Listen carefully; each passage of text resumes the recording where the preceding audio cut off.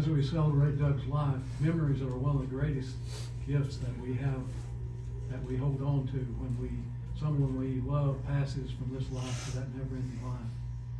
We have a couple of people that want to start the sharing time, and then we'll give others of you a chance. I believe you said Jesse? Jesse and Scott. And Scott.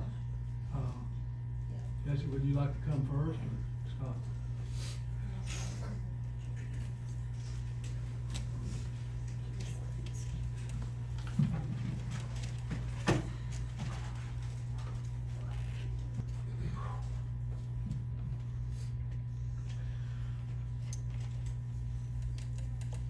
I think that was the perfect song for the perfect human being that we've all been blessed with in life.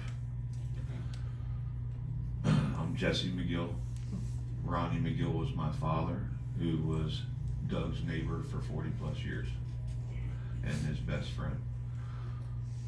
I'll start in 1984. I'm gonna go through chapters real quick, best I can without emotion. It's gonna be hard.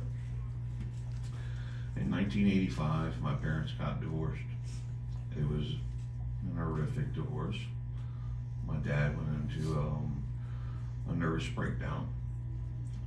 Mom went out doing her thing, and Doug was there. I was in high school. He didn't have to be. He could be a neighbor and mind his own business. But he took me. I got in trouble in school. He took me to the principal's office. He was there for me. And he was there for all of my siblings throughout the 40 years of being a neighbor. I looked at him as an uncle. Through those times of 85 to 87, he would always glance in on that house next door when he didn't have to, with heart. Doug's heart was bigger than this earth, the moon, and the stars. As a human being, I look around me, I can't help but to notice all the suits. You know, what I'm seeing is Secret Service, police officers, and we respect that. And now look at all of Doug's badges, and I respect him. I don't know if I could respect him much more, but I respect what he did for a living. And he always had this 72 Duster that was in his back barn. Jess, we're gonna fix this thing up, you're gonna drive it to your prom. Well, I didn't graduate, we didn't fix that 72 Duster. So I'll jump ahead a little bit to 2012. May 22nd, 2012, unfortunately, my father took his life. Doug was there, I called him. He was working, I believe, the Navy Yard, or up in that 295 corridor. I worked in White Plains, he beat me there. But he was there. He got bleach. Maybe I'm getting into depth, but I feel all of you should know this about Doug. He got bleach and cleaned things off the couch from suicide. Vacationed with my father throughout the middle chapters. You know, it's a big loss to me. I just heard from dinner this evening that Doug stopped by to speak with my brother. My brother thought that he knew just 2 weeks ago what was going to occur. That's Doug. Doug was always there for me and my family in a personal life, through me and my childhood, and his heart once again was bigger than any person's heart could be. I didn't call him Doug, the neighbor. I called him Uncle Doug. That's how close he was. He will deeply be missed and never forgotten with my family, the McGills, next door, or with me in my heart for what he served in my teenage troubled years. And throughout my adult years, I called him. And he would call me. I paint cars for a living. So he would call me occasionally. Hey, Jess.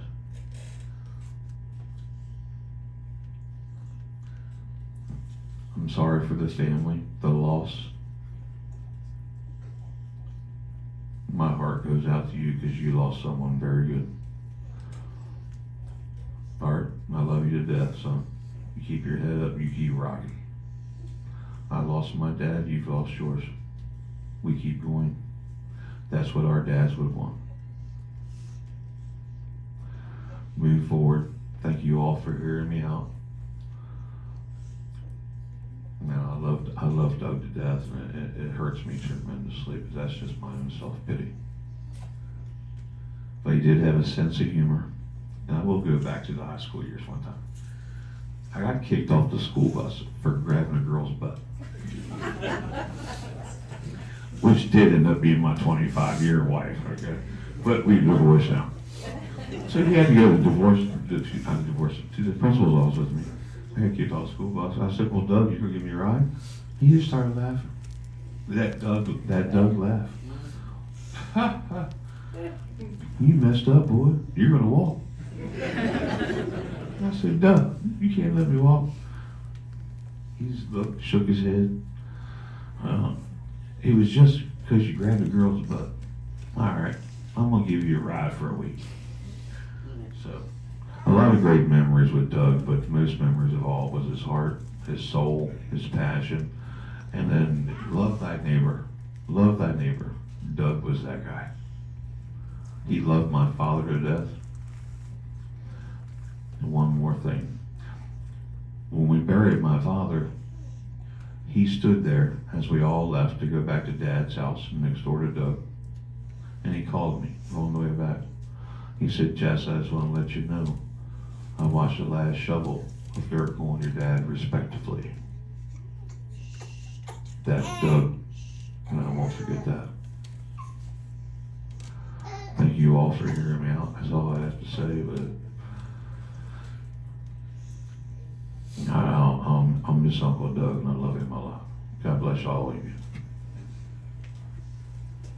Scott?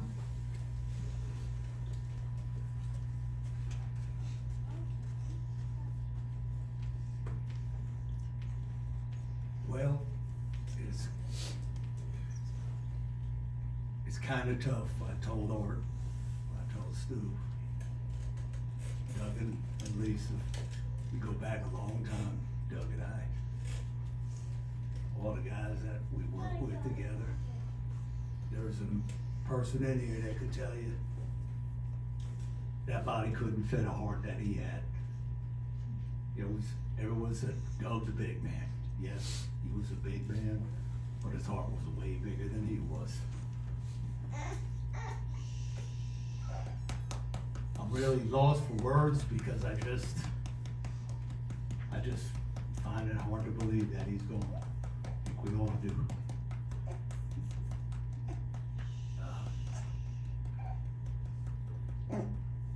Or I remember when Art was born, Jesse's father, Ronnie, took the kids. Stu's daughter, we took them many functions over the years. Pictures on the river, boating. We had a boat together. We had a lot of good times at the workplace. All the guys here, everybody back here that knows Doug. Again, I just don't have any words other than the man who's the biggest loving man that you would ever want to know.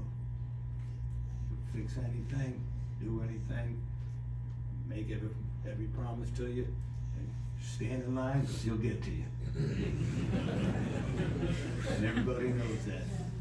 Right, buddy? So God bless you, Doug. And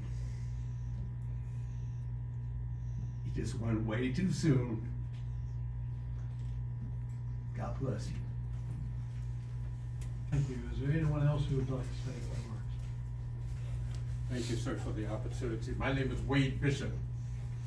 Came to the Secret Service after retirement from DC Police Department in 1993. The first hand I saw was Doug Thomas, and he greeted me very warmly. I'll never forget it. Over the years, Doug has demonstrated